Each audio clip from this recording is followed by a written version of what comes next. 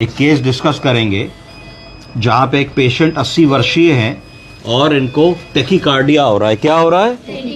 Tachycardia. ये ऊपर देख रहे हैं हार्ट रेट कितना आ रहा है? नॉर्मली कितना होना चाहिए?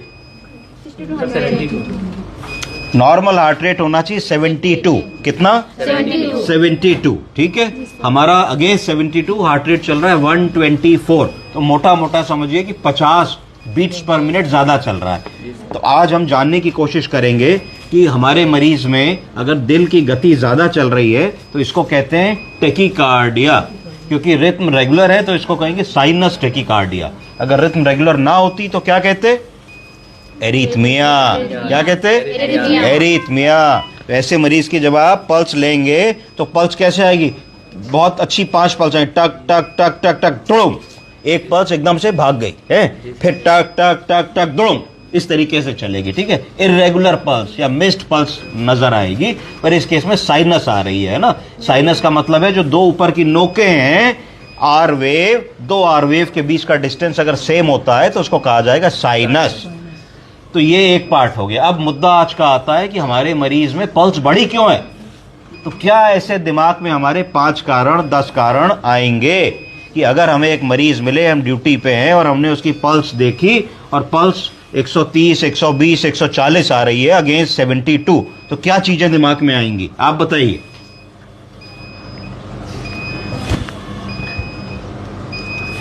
पल्स बढ़ी है, क्या चीज दिमाग में आती है? क्यों बढ़ सकती है? पल्स बढ़े, कोई स्ट्रेस लेगा या तनाव में बढ़ जाती है। ठीक है, मैंने मान लिया। उस तनाव की बड़ी पल्स को पेल्पिटेशंस कहते हैं। क्या कहते हैं? पेल्पिटेशन। की मरीज आता है, कहता है डॉक्टर साहब एकदम से कुछ देख लिया तो धड़कन हो गई। वो एक पार्ट हो गया है ना, पर अब पता नहीं इन्होंने देखा कि नहीं देखा, तनाव हुआ कि नहीं हुआ। और बताओ,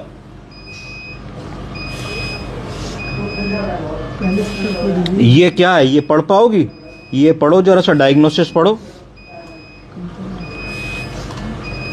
पढ़ो बेटे, ये डायग्नोसिस पढ़ो। Case of, known case of diabetes mellitus second with B bilateral. B बटेल का मतलब bilateral. Calculus with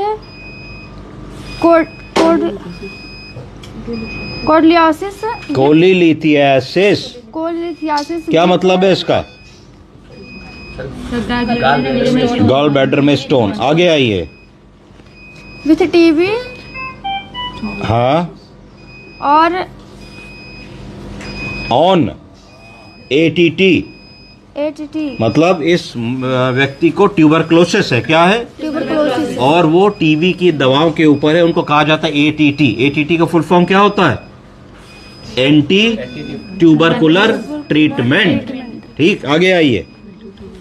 presented with drug presented with drug indicated induced hepatitis. इसका मतलब हुआ कि टीबी की दवाएं जो होती हैं उनका route of elimination through liver होता है। क्या होता है? तो बहुत सारे लोगों में जब हम टीबी का इलाज शुरू करते हैं तो उनको जॉन्डिस होने लगती है। जॉन्डिस के क्या लक्षण होते हैं? आंखें पीली दिखने लगती है, पेशाब पीला हो जाता है, भूख कम हो जाती है। तो इन्होंने इसमें लिखा कि मरीज को टीबी है, टीबी के लिए एंटी ट्यूबरकुलर ट्रीटमेंट शुरू किया। एंटी ट्यूबरकुलर ट्रीटमेंट शुरू करने के बाद उनके लिवर में सूजन आ गई, जॉन्डिस होने लगी, जिसको हमने कह दिया ड्रग इंड्यूस्ड हेपेटाइटिस। आगे आइए। With glycaemia and liver SOL cause query with hypoglycaemia. और इस प्रकरण में इनकी शुगर भी कम हुई। अल्ट्रासाउंड में लिवर में कुछ गांठें निकली।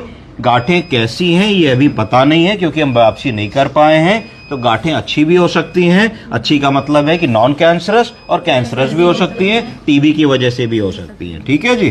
तो ये इस कागज पे लिखा, ये इस केस का प्रेजेंटेशन है। अब हमारा अभी का सवाल ये आ रहा है कि इनकी हार्ट रेट बढ़ी है, पल्स रेट बढ़ी है, जिसको टेकीकार्डिया कहते हैं। इनमें क्यों हो रही है? क्या क्या कारण हो सकते हैं? तो सीखिए।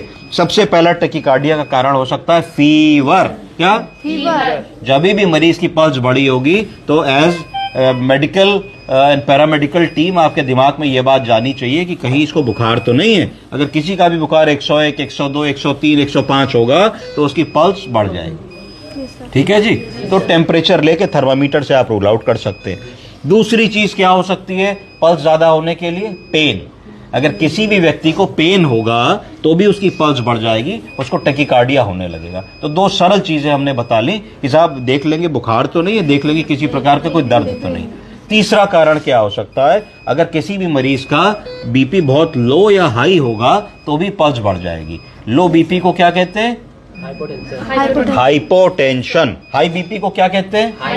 हाइपरटेंशन। तो हाइपरटेंशन अगर बहुत ज्यादा बीपी होता है तो उसको हाइपरटेंसिव क्राइसिस भी कहते हैं। क्या कहते हैं? खूब तेज बीपी हो जाता है 210/110, दिमाग में सूजन आने लगती है, चक्कर आने लगता है, आदमी को बेहोशी आने लगती है, तो भी पल्स बढ़ सकती है। और लो बीपी होगा तो भी हार्ट कोशिश करेगा किसी तरीके से कि लो बीपी में दिमाग तक हम ऑक्सीजन पहुंचाएं। क्या कोशिश करेगा? क्योंकि अगर बीपी लो होता है तो चक्कर क्यों आता है? क्योंकि हम खड़े हैं, बीपी 70 हो गया तो 70 के प्रेशर से जब हार्ट पंप कर रहा है तो ब्रेन तक नहीं पहुंच रहा है, तो हमें चक्कर आने लगता है। तो चक्कर ना आए इसके लिए हार्ट में जो कंप्यूटर लगा है SA नोड और AV मोड, वो कोशिश करते हैं कि अब और तेजी से हार्ट को बीट करें कि किसी तरीके से ब्रेन तक हम ब्लड पहुंचा दें और आदमी गिरे ना। बॉडी का अपना इम्यूनिटी और मैकेनिज्म और कंपेंसेटरी मैकेनिज्म है। तो ये चौथा पांचवा हमारा कारण हो गया। छठा कारण क्या हो सकता है? अगर किसी भी आदमी को संक्रमण होगा, क्या होगा? सेप्टिसीमिया होगा, तो भी इन्फेक्शन में पल्स रेट बढ़ जाता है, नाड़ी बढ़ जाती है। ठीक है, तो ये तीसरा कारण हमको समझना है कि तीसरा हमारा ये कारण क्या है। चौथी चीज है कि पल्स अगर बढ़ रही है और पल्स इरेगुलर हो रही है तो हमारे दिमाग में आना चाहिए हार्ट की कोई बीमारी तो नहीं है। क्या आना चाहिए? हार्ट की कोई बीमारी तो नहीं है। हार्ट की बीमारी है कि नहीं कैसे पता लगाओगे? ECG करके। तो खटाक से ECG करना चाहिए। ECG में हमको दिख जाता है कि ये पल्स रेगुलर है और रिथम नॉर्मल है, तो इसका मतलब है कि हार्ट की बीमारी नहीं है। सिर्फ जो 4-5-6 कारण हम लोगों ने बताए, इन्हीं में से कोई ना कोई कारण होगा पल्स बढ़ जाने का, और वो हम ठीक कर ले जाएंगे। कैसे ठीक कर ले जाएंगे? बुखार है तो एक पैरासीटामोल की गोली देंगे, बुखार उतरेगा, खत्म हो जाएगा। अगर पेन है तो पेन का मैनेजमेंट कर दोगे तो ठीक हो जाएगा। अगर मान लो बीपी लो या हाई है तो मरीज आया बीपी 60 सिस्टोलिक है, पल्स 140 है, तड़ से तुमने 2 रिंगर लैक्टेट की बोतल लगाई, जहाँ 1 लीटर फ्लूइड गया, उसका बीपी 90-100 सिस्टोलिक है, पल्स नॉर्मल हो जाएगी। अगर मान लो मरीज आया उसको बहुत इन्फेक्शन हो रहा है, तुमने काउंट्स कराए, काउंट्स 40,000 आए, पल्स बढ़ी हुई है 140, तो तुम समझ लोगे कि हाँ भाई ये तो सेप्टिसीमिया के कारण है। देखिए मरीज का TLC बढ़ा है, DLC बढ़ा है, प्रोकैल्सिटोनिन बढ़ा है, एक्सरे में इतना बड़ा पैच है, इसलिए इसकी पल्स रेट ज्यादा है। हम धीरे धीरे इन्फेक्शन को कंट्रोल करेंगे, हमारी पल्स रेट नॉर्मल हो जाएगी। तो ये मेजर कॉजेज हैं जो हमको याद होने चाहिए, पता होने चाहिए अगर कभी भी कोई आदमी हमारे पास टैकीकार्डिया करके आ रहा है। जैसे कि इन्होंने कहा कि पैनिक या एंग्जाइटी में भी बढ़ जाता है। तो अगर कोई ऐसा आदमी आया है जो एंग्शियस बहुत है कि साहब वो कल हमारा एग्जाम है और हम पढ़ रहे थे, या कल हमारा कुछ टेस्ट है, या कल हमें कहीं जाना है, हमें एंग्जाइटी हो जाती है, पैनिक हो जाते हैं और पल्स आपको बहुत ज्यादा आ रही है, वहां ना बुखार की दवा से ठीक होगा, ना दर्द की दवा से ठीक होगा, तो वह एंग्जाइटी की दवा से ठीक होगा। किस दवा से? एंजाइटी की दवा से। पर थोड़ी हिस्ट्री लेनी होगी, क्या एंग्जाइटी है, क्या उनको एग्जाम का फोबिया है, क्या उनको ऐसा होता है, तो फिर वो उसको डील करोगे। कौन सी बेस्ट दवा जानते हो, ड्रग ऑफ चॉइस? अगर किसी को एंग्जाइटी के कारण पल्स बढ़ रही है तो कौन सी दवा देने से पल्स ठीक होगी? नहीं, ना डायजीपाम ना लोराजीपाम। इससे पल्स नहीं कम होगी, इससे आदमी की एंग्जाइटी कम होगी, आदमी सो जाएगा। ये बेंजोडायजेपिन ग्रुप की दवाएं हैं। हमको बीटा ब्लॉकर ग्रुप की दवाओं से पल्स कम करनी होती है। प्रोप्रेनोलॉल, बोलिए प्रोप्रेनोलॉल। तो प्रोप्रेनोलॉल को 10 मिलीग्राम से शुरू करेंगे, सेफ ड्रग होती है। जहां हमने 10 मिलीग्राम दवा दी, मरीज की तर तर तर तर करके पल्स एकदम सेटल हो जाती है, मरीज की एंग्जाइटी खत्म हो जाती है। तो ये कुछ चीजें हम लोगों ने आज डिस्कस करी टैकीकार्डिया की। किसकी? अगली क्लास में हम लोग आपको इसकी उल्टी चीज सिखाएंगे। क्या सिखाएंगे? टैकीकार्डिया का उल्टा क्या है? ब्रेडीकार्डिया। ब्रेडीकार्डिया के बारे में बात करेंगे कि अगर मरीज को ब्रेडीकार्डिया हो रहा है तो क्या कारण हो सकते हैं, ब्रेडीकार्डिया से कैसे जान तक जा सकती है, ब्रेडीकार्डिया को कितना जरूरी है कंट्रोल करना, पेसमेकर क्या होता है, पेसमेकर कितने प्रकार के होते हैं, इंटरनल पेसमेकर क्या होता है, टेम्परेरी पेसमेकर क्या होता है और एक्सटर्नल पेसमेकर क्या होता है, इसके बारे में हम लोग अगली क्लास में बात करेंगे। कोई सवाल आप लोगों के? Any question?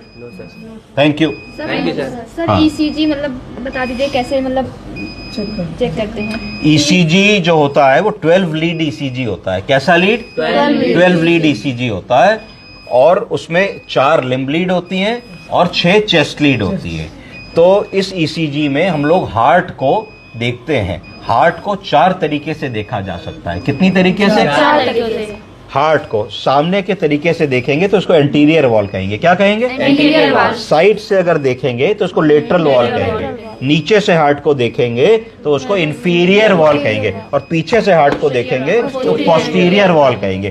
तो हमारे हार्ट में 4 प्रकार के अटैक आ सकते हैं। कितने प्रकार के? 4 प्रकार। Anterior wall MI, inferior wall MI, lateral wall MI और पोस्टीरियर वॉल एमआई।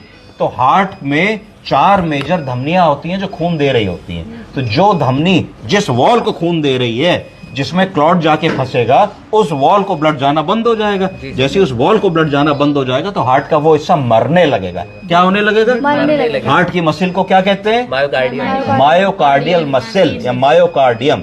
तो जैसे डेथ ऑफ मायोकार्डियम होगी तो कस के मरीज को एंजाइना होगा, और जब आप ईसीजी करेंगे तो ईसीजी में वो हार्ट की वेव में आपको एसटी चेंजेस मिलेंगे। क्या मिलेंगे? एसटी एलिवेशन हो जाएगा, है ना, टी वेव इन्वर्ट हो जाएगी। तो आप उसकी डायग्नोसिस बनाते हैं। अब किस लीड में कौन सा हार्ट का एंगल दिखता है, क्या दिखता है, उसको हम अगली क्लास में will take it up. Thank you. Thank you sir.